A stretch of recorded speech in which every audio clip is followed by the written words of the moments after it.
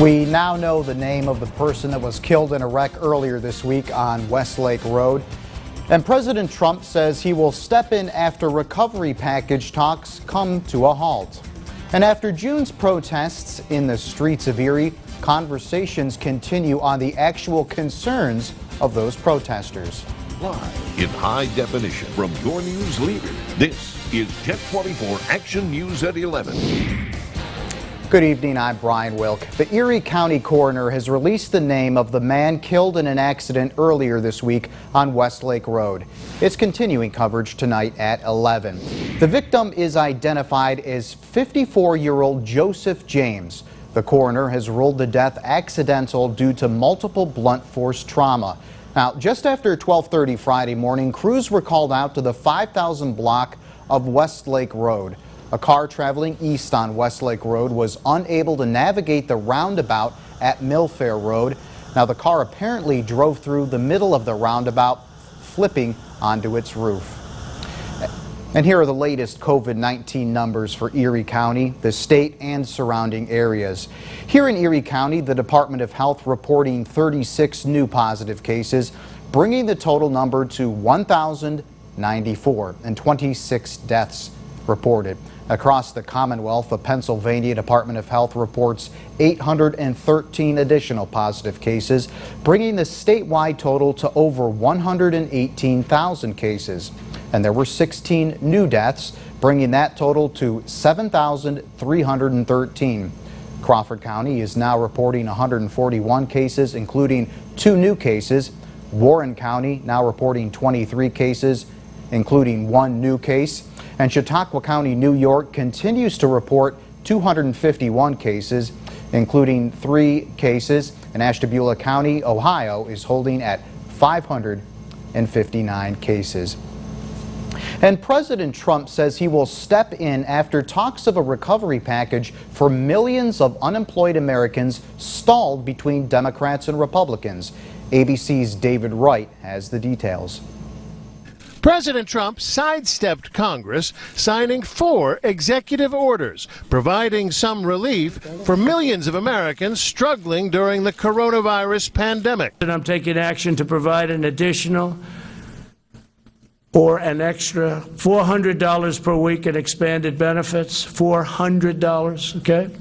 Talks between the Trump administration and the Democratic leadership on a new COVID-19 relief bill collapsed Friday. It was a disappointing meeting. We did not make any progress today. Democrats say they offered to meet Republicans halfway on a $2 trillion stimulus package. I offered to them, we'll take down $1 trillion if you add $1 trillion in.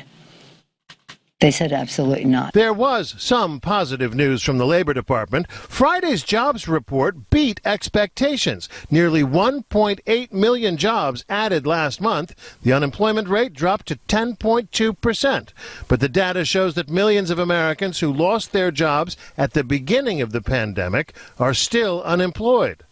The $600 supplemental federal unemployment benefit expired July 31st. That extra $600 has been a lifeline to us to keep the roof over our heads, keep food on the table. The Paycheck Protection Program, or PPP, which has helped small businesses meet their payroll, expires today.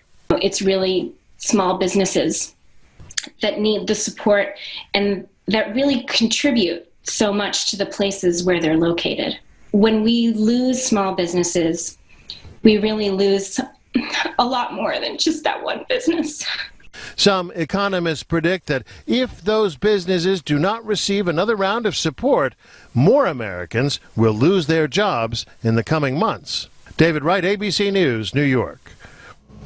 And a busy afternoon for fire crews as they battled a blaze. Erie Fire Department was called to the 1300 block of West 39th Street shortly before 3 o'clock.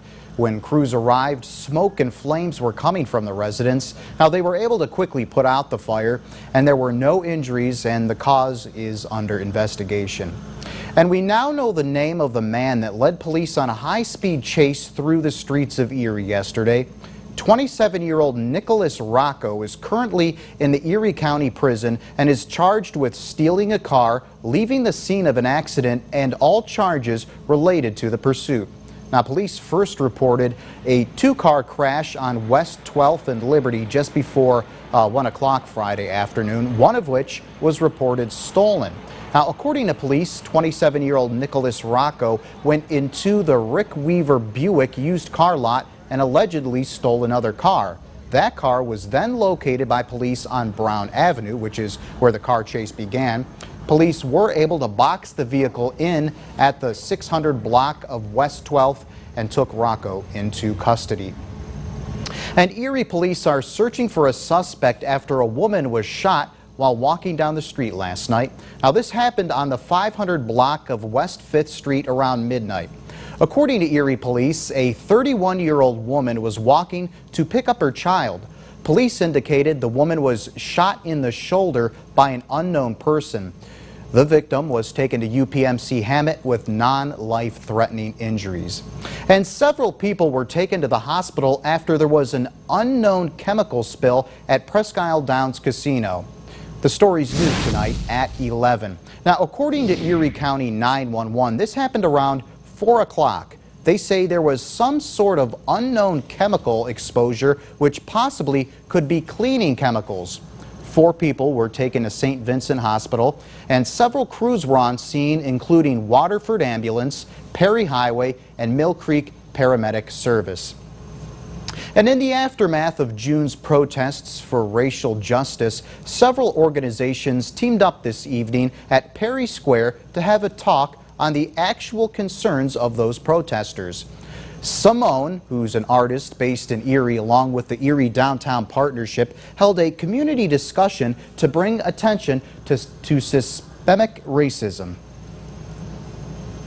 That racism or the concerns they had was never about their emotions or what they felt. It wasn't a choice. It wasn't a decision to hold on or to fester an emotion.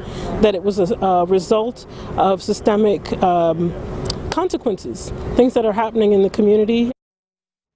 And she says this talk gives people a voice to those who don't have power to create change.